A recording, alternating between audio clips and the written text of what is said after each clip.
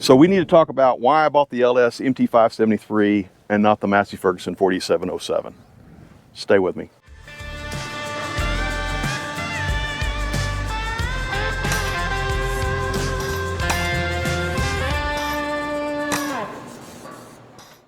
So it's been about a year and a half or so since I went out and looked at these tractors. About a little over a year ago, we bought the LS MT573. Now I promised you that I would talk about why I bought the LS MT573 and not some of the other brands. We talked about the John Deere, we talked about Coyote, and we talked about Kubota, but we never talked about why I did not buy the Massey Ferguson 4707, and there's good reason for that. So we're going to talk about that today. All right, so one of the problems that I had is I wanted to make sure that when I do these videos and we talk about buying the LS over another brand of tractor, that I'm not here to bash another brand of tractor. What I'm here to do is to give you an idea and a comparison between these different tractors and why I bought the LS and not some of these other ones. Now, on some of the other brands that we talked about in the past, there's videos on that, so go back and check those out. So to be right up front with you, the Massey Ferguson 4707 was my preference. I actually liked it better than even the LS MT573. And the reason is because of all the options that was on the tractor that I was looking at. For example, on the Massey Ferguson, it had a soft ride loader. One of the other features was the Dyna 2 transmission. I really do like the Dyna 2 transmission. It had a 24x24 in it. It had the high and low on the shifter, and that is a really nice feature to have, as well as on the power shuttle. It had a dial that you could adjust your power shuttle, and I enjoyed and liked that feature better than what the LS tractor has on it, where they have a button that you push and you have to select between your power or your engagement of your power shuttle. From here, let's talk about some of the differences in the two tractors. For example, let's just talk about the engine. On the Massey Ferguson, they have a 3-cylinder AGCO engine. It is basically they listed it as a 75, but the actual horsepower range on it is a 70 horsepower. At the PTO, it's 60. So also on that Massey Ferguson, the cubic inch of the engine is 201 cubic inches. It's a little bit over that, but it's not much. Now on the LS MT573, they do use a 4-cylinder diesel engine. It's 152 cubic inch, and it's a 73 horsepower motor with 62 at the PTO. So there is a slight difference there.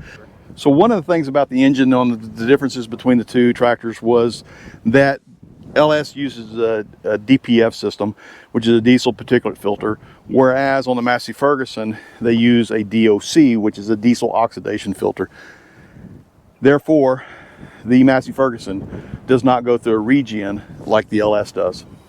Now, on the Massey Ferguson 4707, they run an option of 2 different transmissions. Now, the one I looked at was the Dyna 2 transmission.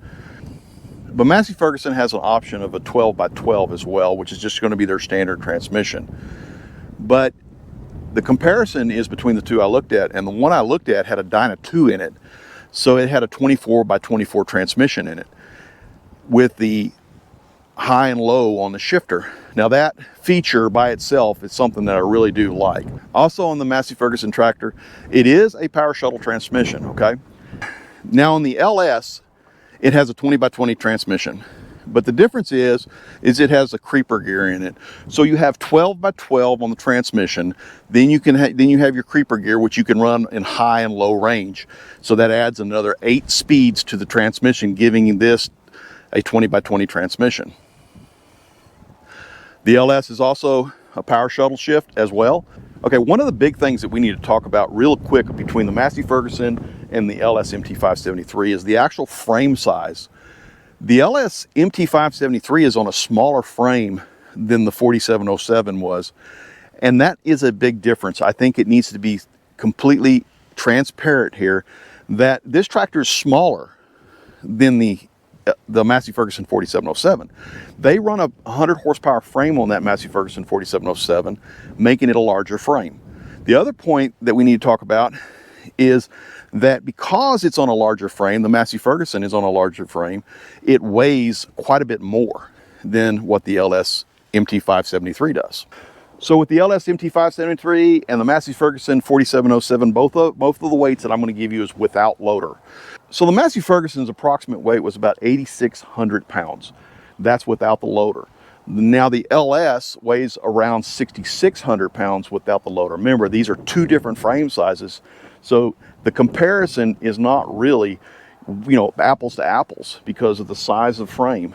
All right, so between the LS MT573 and the Massey Ferguson 4707, there is right at a 2,000 pound difference with the tractors alone without any ballast. The Massey Ferguson came standard with 2 remotes on the back with an option of 3. Whereas on LS, they came with 3 remotes, and that is a standard option on the 573.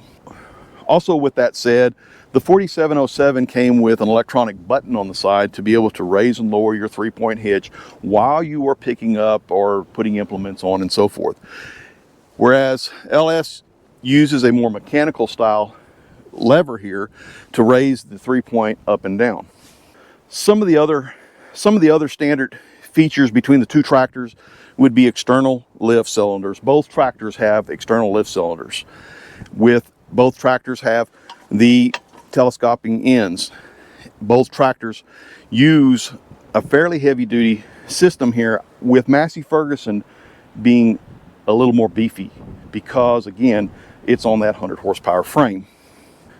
On the Massey Ferguson, 24 inches back on the lift capacity was 4,850 pounds, whereas on the LS it's 4,718 pounds. So it's a little over 100 pound difference between the 2 tractors. Between the 2 tractors, Massey Ferguson actually offers 2 loaders for their tractor. One of them is a heavy duty loader and one of them is a little bit lighter duty loader. And I'm going to say there's not a lot of difference between the 2 loaders, but I will tell you this, that the tractor I looked at had the, I guess you could say, medium duty loader on it. It did not have what they would consider as the heavy duty. Now when it comes to the loaders between the 2 tractors, one of the things I have to say is that the loader quality on the Massey Ferguson was much better, much better. They used thicker frames. Everything was thicker about the loader. More impressive. I was very impressed with their loader. I really was. Now LS, I have not had any problems with this loader. It has performed well. It has done everything I've asked it to do, and sometimes I think it's actually done a little bit more. But it does have some weird flex in it, and we've talked about that. But I have also been on, my old case tractor. It has some flex in it. I've also been in a larger Massey Ferguson 5711 where it had a little flex in it. So, this is kind of a common deal. I believe it's just a little bit movement in the loader. It's not an issue, but I will give Massey Ferguson 100% that their loaders are a better quality than what's on this LS MT573.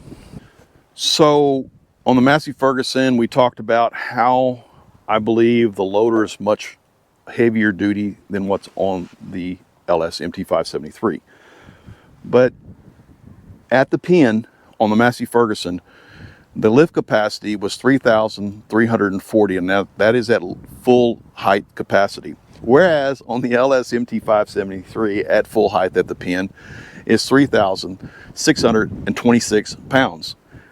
All right, when it comes down to the actual lift height between the 2 tractors, on this loader here, it goes to 126 inches on the LS MT573, whereas on the Massey Ferguson was 136 inches. So it actually has a 10 inches of higher lift than what the LS does. But again, it goes back to on that 100 horse frame as well. When it comes to the bucket on the Massey Ferguson was a heavier duty bucket. It was a larger capacity bucket than what's on this LS. So with all the specs that I've given you so far, there's not a lot of difference between the actual Massey Ferguson, as far as what the spec sheets show, between the LS and the Massey Ferguson, with the exception that the Massey Ferguson is on a much larger frame. And that's what that was one of the things that I wanted to make sure that we note. One of the other things though, between the Massey Ferguson and the LS MT573 was the turning radius. The turning radius on the Massey Ferguson was not near as good as what's on the LS MT573. And with all of that said, keep in mind that that is on a larger frame on the Massey Ferguson, so that's probably to be expected that that tractor will not turn as sharp as a smaller tractor will. So the tires on the Massey Ferguson are a much larger tire than what is on my LS MT573. All right, on the Massey Ferguson 4707 and the LS MT573, the cabs were large. I would give probably the Massey Ferguson 4707 a little bit of an edge there. They have a larger cab, again, because they might be on that 100 horsepower frame. Far as the layout in the cab goes, they were a lot the same. I liked the layout on the Massey Ferguson 4707. It is a 6-post cab, whereas this is a 4-post cab. I like the switches being on that on one of the posts in the cab, whereas this one here has all the switches on the console that's around you. But as far as layout goes, it was a very comfortable tractor. Both tractors are comfortable. Both of them had air ride seats. Both of them had, adjustable steering and so forth. The difference is I do believe that Massey Ferguson puts a better seat in their tractors. It's a little more comfortable. So the Massey Ferguson, in my opinion, has a more comfortable steering column in it.